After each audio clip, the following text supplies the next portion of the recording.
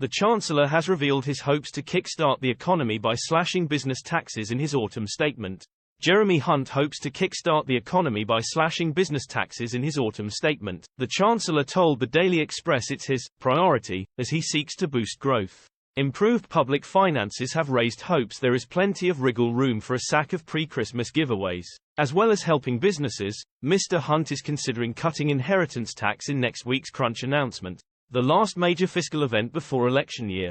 He will pore over the final forecast from the Office of Budget for Responsibility today before making final decision. He said, "I think the priority should always be business tax cuts if you have headroom for cuts. Because in the end what we need to do is to improve the long-term capacity of the British economy to generate the wealth we need to pay for the NHS.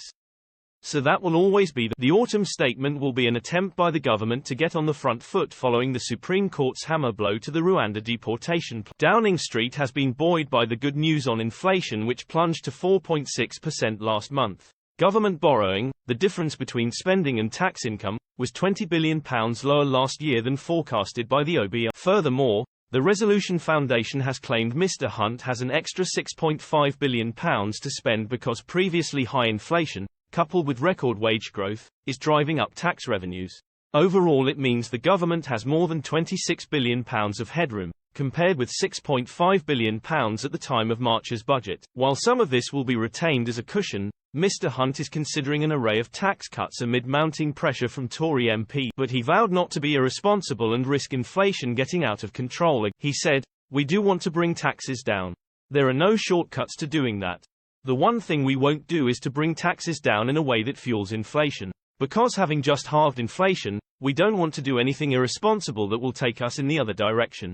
The Chancellor is expected to cut taxes for small businesses, although large retailers such as supermarkets will see the amount they pay rise. The threshold at which businesses pay VAT could be increased from £85,000 to £90,000. He is also set to extend full expensing, a tax relief allowing businesses to offset their investments against corporate tax. He has come under pressure from both Tory MPs and Labour MPs to make the move permanent after announcing only a 3-year plan in the March budget.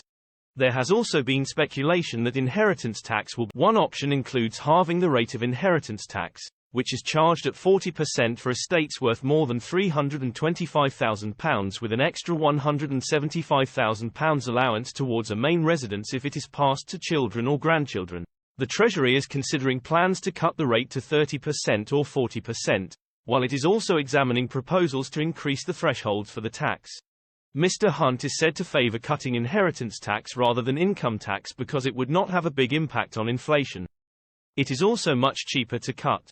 Abolishing inheritance tax would cost about £7 billion a year, but cutting income tax by 2p in the pound would cost £13.7 billion a year. The hospitality industry could also be in line for an extension to business rates to protect the future of the hospitality industry and the high. When asked today about cutting taxes, Mr. Sunak said, "Well, the most important thing economically that's happened this week is that we met the pledge that I made to halve inflation. Now of course I know people are still suffering, they have been, so there's work to do, but that's an important milestone because inflation is like a tax.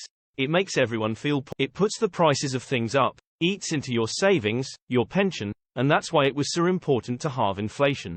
Robert Colville, director of the Centre for Policy Studies, said, "News that the autumn statement will contain positive news on business taxation is certainly welcome. Businesses need certainty to invest in the long term, and the UK's international tax competitiveness is currently hampered by our comparatively high rates. Measures like making full expensing permanent, something the CPS has consistently called for, will provide the economic boost we need to get back to growth."